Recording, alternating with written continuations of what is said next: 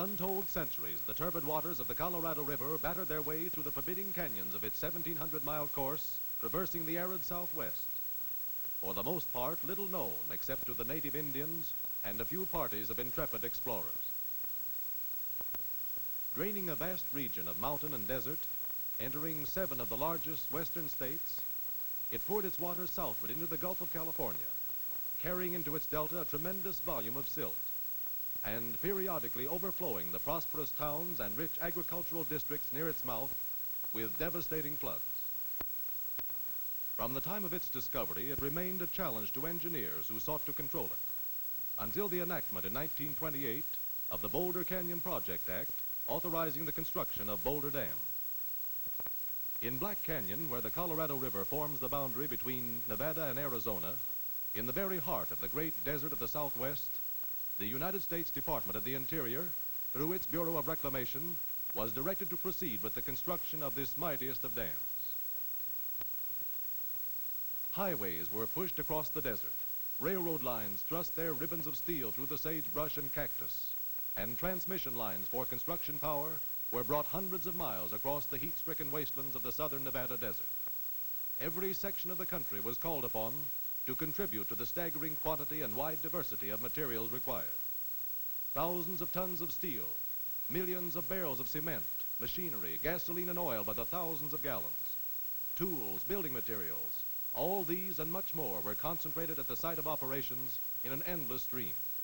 The engineering forces completed their surveys, working under the most hazardous conditions, and every union furnished its quota of laborers and artisans. In what had once been an uninhabited, waterless desert, supporting only a sparse, inhospitable growth of chaparral and cactus, the beautiful little town of Boulder City was built within the short space of 15 months to house the army of 5,000 men to be employed. Here was no construction camp such as was known in the early days of the West. Instead, Boulder City was developed as a model town, furnishing every facility and convenience to its inhabitants. 4 churches, a modern, fully equipped school, and various civic organizations met the cultural requirements of the community, while a theater and several clubs furnished recreation. A thriving business section developed along the principal streets, while pleasant homes surrounded by gardens faced the broad tree-lined residential avenues of this modern, spotless town. The buildings housing the offices of the Bureau of Reclamation and the Civic Administration, which operated directly under the federal government, were set in the midst of pleasant parks, which were welcome havens of rest after the day's labors in a country where the summer temperature often reaches 125 degrees above zero. In the business section of the town, arcades formed a protection against the tropic sun. Lovely flower gardens bloomed in marked contrast with the surrounding desert. Lining street after street, the white cottages of the married workmen recalled to mind the military camps of 1918, while single men were housed in air-cooled dormitories, each accommodating 176 occupants. Under conditions which would have gained the wholehearted approval of any modern housewife, tons of food were prepared and served daily in the sanitary, electrically equipped kitchens. A corps of cooks and waiters was able to feed as many as 1,300 men at one setting of the tables. Menus were varied and the food was of excellent quality. As Boulder City was about 7 miles distant from the dam site, it was necessary to provide transportation for the workmen to and from the job. This was accomplished by a fleet of passenger motor trucks, some of them carrying as many as 160 men. A 24-hour day was divided into 3 shifts of 8 hours each for all classes of labor. The 4th of July, Labor Day, and Christmas were the only holidays observed. Once the rapid tempo of the ambitious construction schedule was established and underway toward the marking of a record-breaking achievement in American engineering history. It was in March 1931 that 6 companies incorporated of San Francisco, California, was awarded the general contract for the construction of the project, including Boulder Dam and its appurtenant works. And by early summer of the same year, preliminary construction work was in full swing in Black Canyon. During this early period of construction, before roads had been built into the depths of the gorge, men and materials were forced to take to boats or travel the catwalks, often swung between the sheer walls of the canyon at dizzy heights above the muddy waters of the world's most dangerous river. It was not long before roads and rail lines had penetrated into the very lowest reaches of the canyon, To provide these arteries of transportation, thousands of tons of virgin rock were blasted from the age-old walls of the gorge. Thus, the first thunders of man's determination to conquer the Colorado River reverberated between the sheer cliffs of the canyon, which heretofore had known only the hot silence of the desert and the roar of the river's angry floods. The boring of 4 diversion tunnels to carry the stream around the dam site during construction, 2 on each side of the river, 56 feet in diameter and averaging 4,000 feet in length, constituted the first major construction operation. The drilling jumbos used on this job were mounted on motor trucks to facilitate handling and were capable of driving from 24 to 30 powder holes into the heading simultaneously by means of drifter drills. The tunnels were excavated through the rock simultaneously from 4 headings, 1 at either end and 2 boring in opposite directions from a river-level auxiliary tunnel located about midway on the main bore. A pioneer drift was drilled at top line and closely followed by the excavation for the complete 56-foot bore. Thousands of tons of drilled steel were used in this work, and the sharpening shops were kept working at top speed night and day to maintain a steady supply. After the powder holes had been drilled and the rock blasted, power shovels and trucks moved into the tunnels for the purpose of removing the shattered material. An unbroken parade of heavy-duty trucks, each handling from 8 to 10 tons of rock, labored up over the steep roads cut into the canyon walls to dispose of the material in the gulches adjacent to the dam site. This phase of the task, which entailed the excavation and the handling of over 1.5 million cubic yards of material, was completed within a period of 13 months and was considered the most grueling portion of the work for both men and machinery. After the tunnels had been excavated, they were lined with concrete, 3 feet in thickness. Due to the unprecedented size of the bores, special equipment was designed to facilitate this task. The tunnels were lined in segmental sections, the invert or base being the first in which the concrete was placed. A gantry crane operating through the tunnel itself handled the concrete throughout this operation. The sidewalls were next lined behind movable steel forms, which traveled through the excavated section on rails laid from portal to portal. The top arch was placed with the use of a concrete gun operated by compressed air. To prepare the canyon walls to receive the abutments of the dam and to remove loose and dangerous rock from the face of the cliffs overhanging the site, many tons of rock were torn away and hurled into the depths of the canyon in a series of spectacular blasts, which occurred almost daily during the period from commencement of operations at the dam site to the time when actual building of the dam began about 2 years later.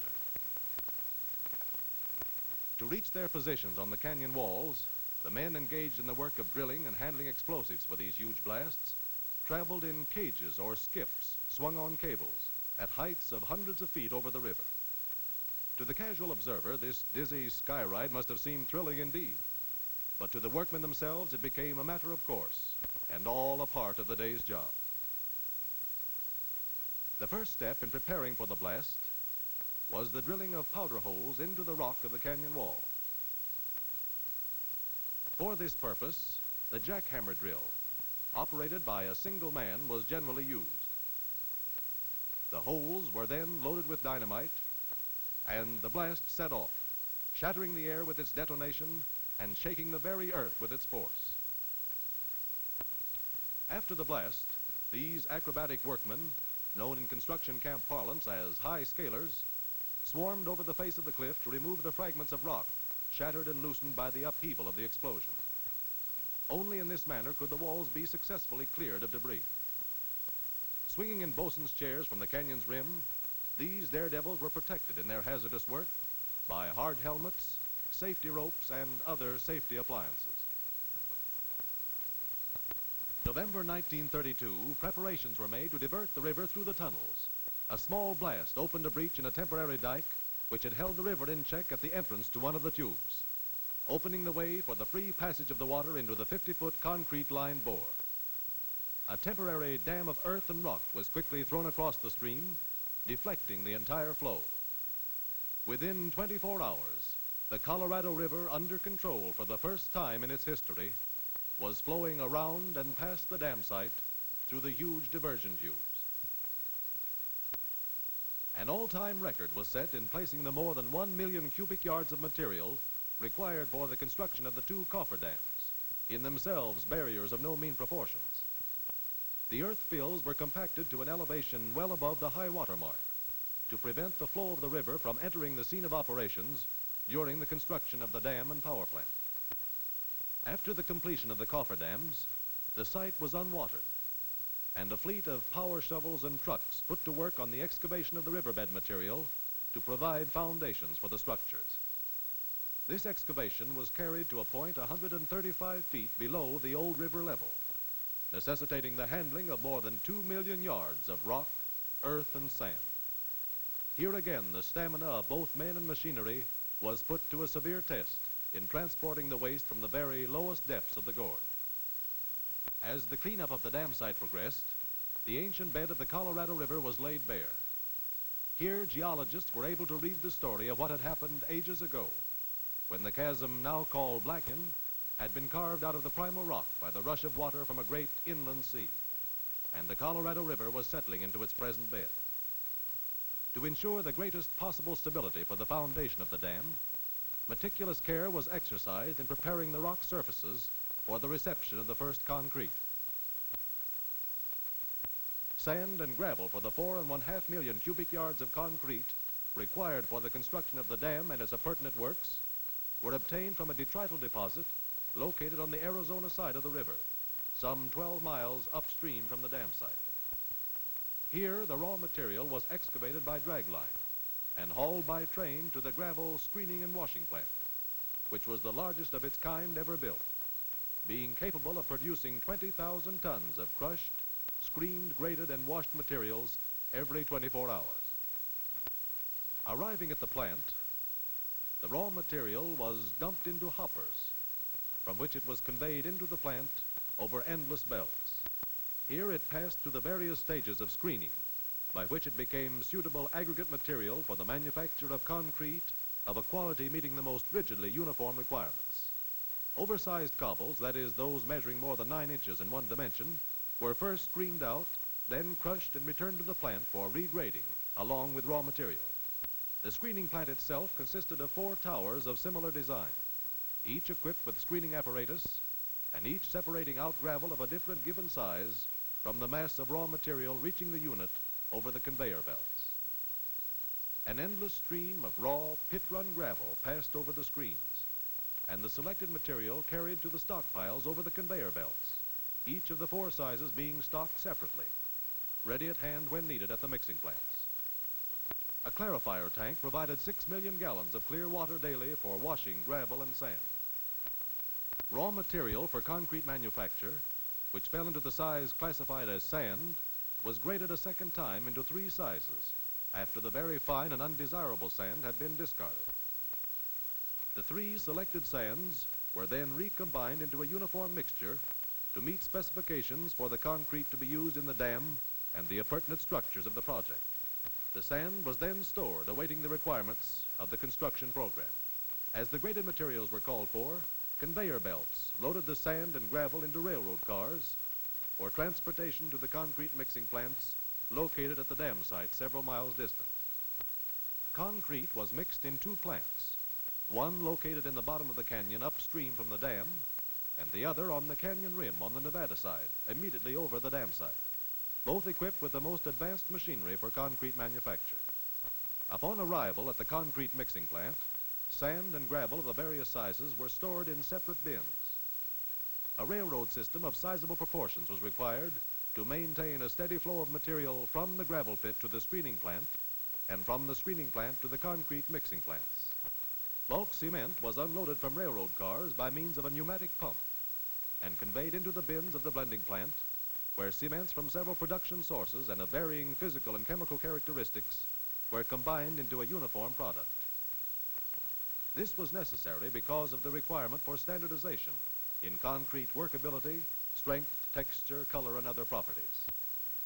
Following the progress of concrete manufacture through its successive stages, we see the several ingredients entering the concrete mixing plant, where they were combined scientifically and under rigid inspection into a finished product.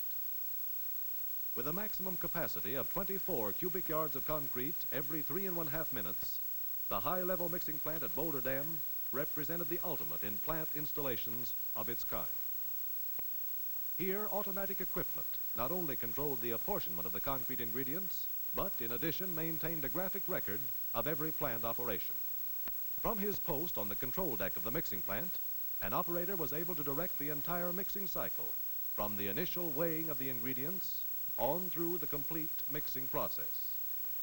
The human element was almost completely eliminated, as the mechanical equipment was capable of automatically selecting, measuring, weighing, and recording the proper materials in the precise amounts required for the production of a given mix, to which the recording dials had previously been adjusted and set. Here also we find the production line conveyor belt speeding up the process by carrying the component parts from the measuring and weighing hoppers into the batching bins, from which the materials were dumped into the 4 cubic yard capacity rotary mixers.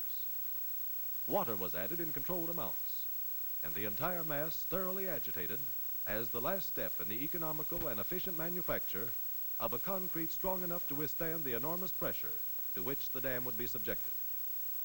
From the mixing plant, concrete was dispatched to all sections of the works, and because of the widely varying conditions prevailing, various types of containers and methods of transportation were involved.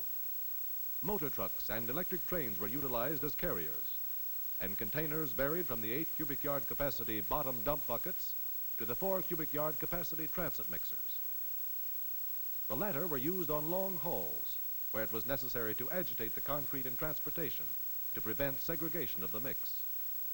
However, the major portion of the concrete handled on the project was carried in the 8 cubic yard buckets and transported from the mixing plants by electric train.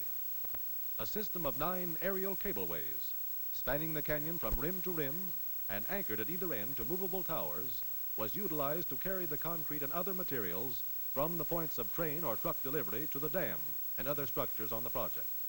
It was on June 6, 1933, that the first bucket of concrete was placed in the very lowest of the dam forms, 135 feet below the level where a few months previously had flowed the unchallenged Colorado River.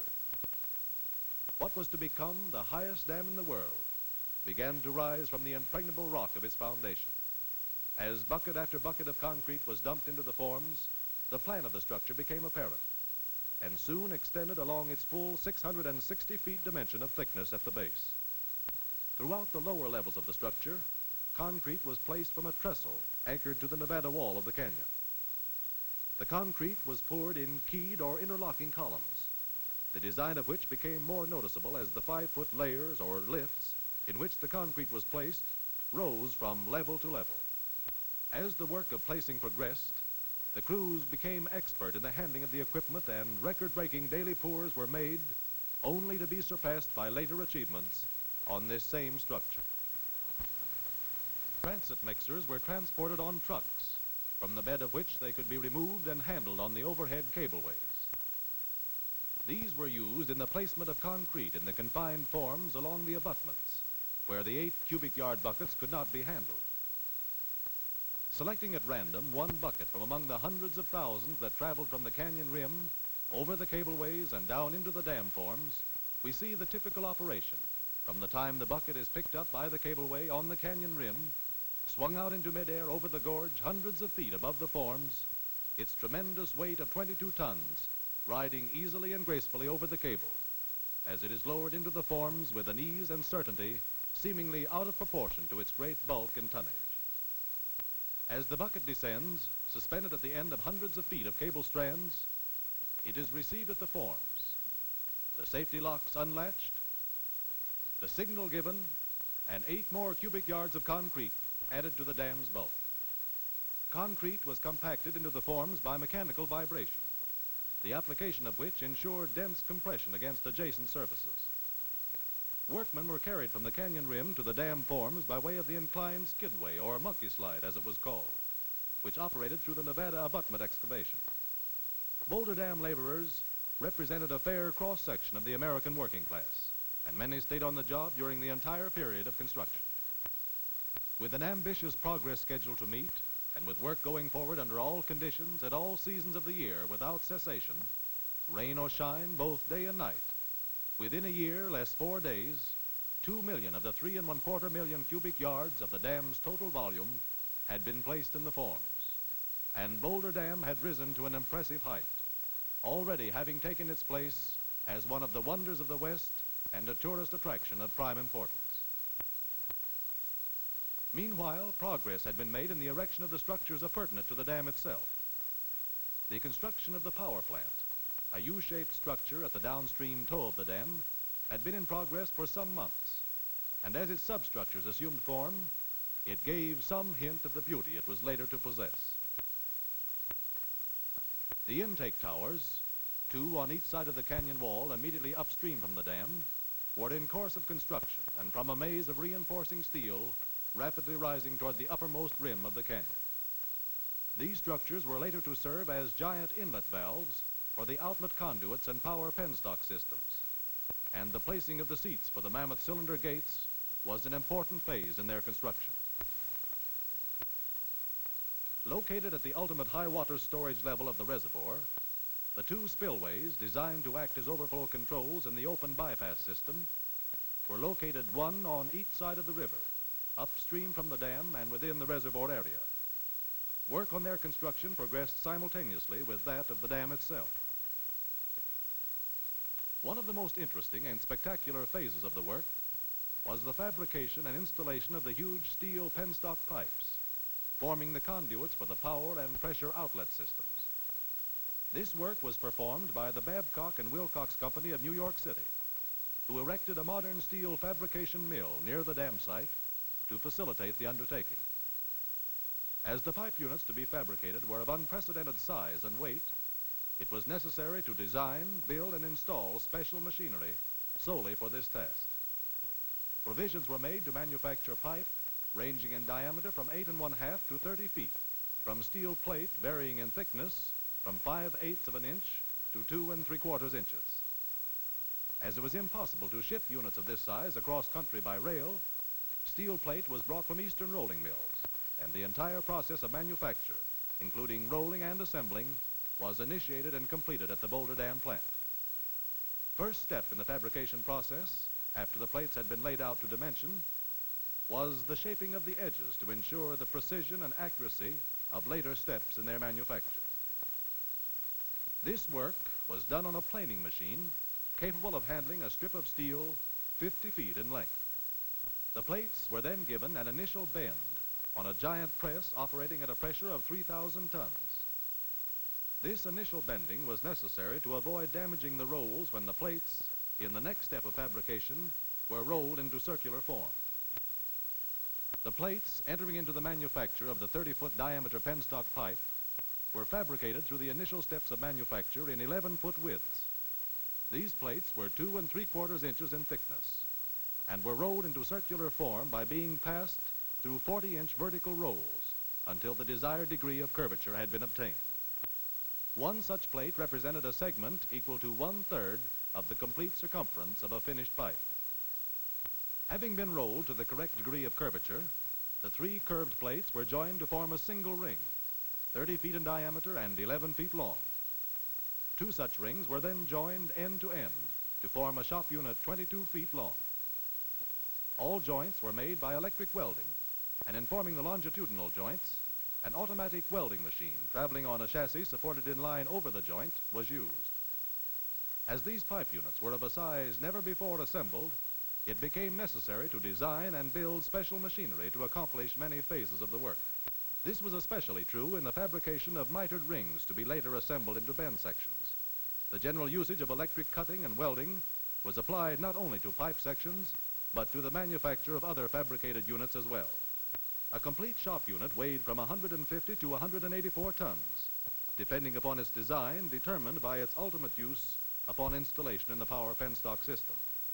Circumferential joints were made by rotating the rings, making up a shop unit beneath an electric welding machine, suspended above the line of the joint to be welded.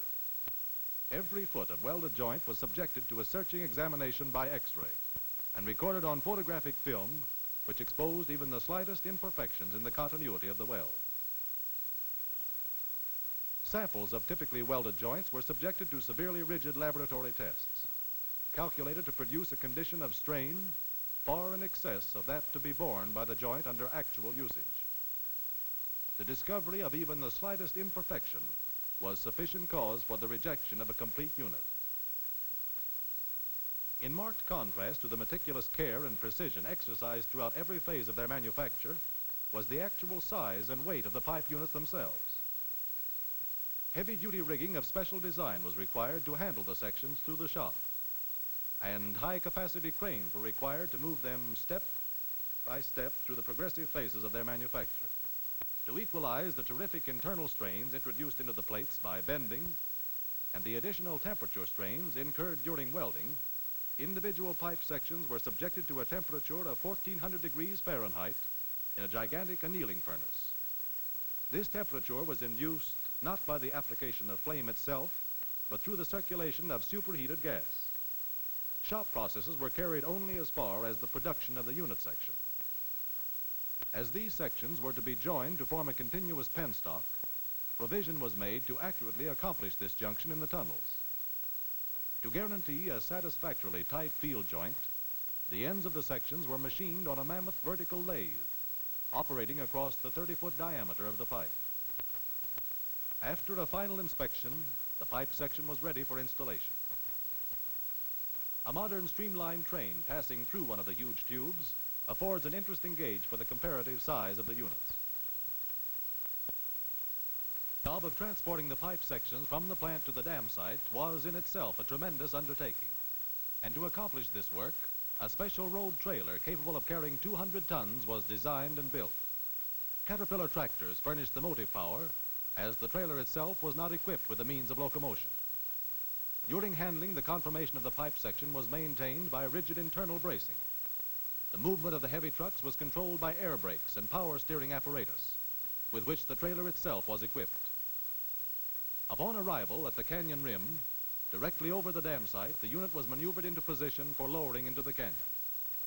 To perform this task and to handle other heavy equipment, a permanent 200-ton capacity cableway had been swung over the gorge, its 6 3.5-inch track cables securely anchored into the rock of the canyon wall.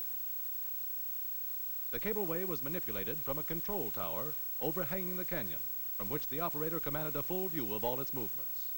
The heavy hoisting machinery, controlled by synchronized motors, was the largest and most powerful of its kind ever built, as were also the track cables themselves, which spanned the canyon a distance of 1,256 feet at an elevation of 700 feet above the river from the head tower located on the Nevada side. Over the track cables traveled the carriage through which the hoisting and traveling cables were played. A specially designed heavy-duty rig, which became known to the workmen as the moonbeam, because of its peculiar shape and from which the pipe sections were suspended, was used in lowering the huge tubes into the low levels of the canyon while cradled in a sling of heavy steel cable. After all lashings were secure, the pipe section was lifted from the trailer to begin its slow and carefully controlled movement over the cableway, riding from the rim out into space, suspended 700 feet above its ultimate position. When the cable carriage with its tremendous weight of steel had been maneuvered into location over the intended landing far below, the hoisting cables were slowly played out and the pipe lowered under absolute control into the canyon.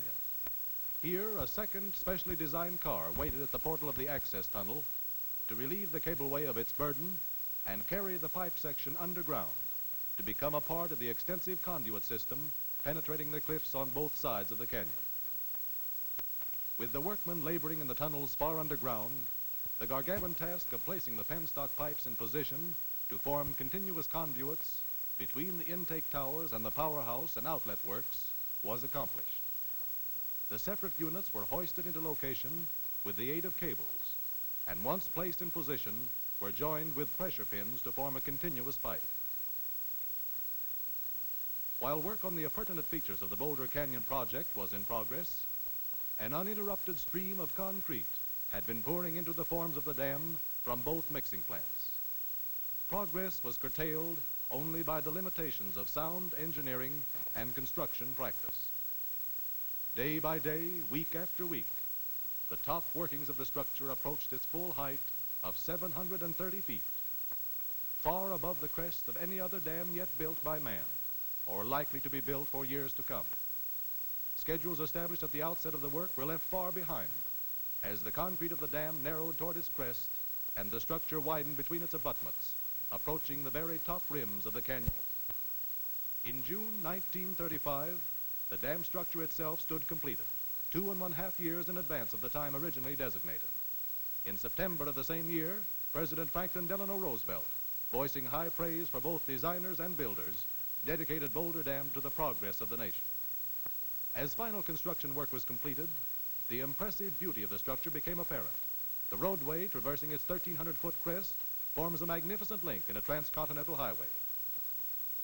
The reservoir filling behind the dam was named Lake Mead in memory of Dr. Elwood Mead, late Commissioner of Reclamation, whose life work culminated in the building of Boulder Dam. The largest artificial body of water in the world, it extends upstream 115 miles into the lower reaches of the Grand Canyon, with a shoreline of 550 miles opening upon vistas unglimpsed by man until invaded by the gradually rising waters of the reservoir.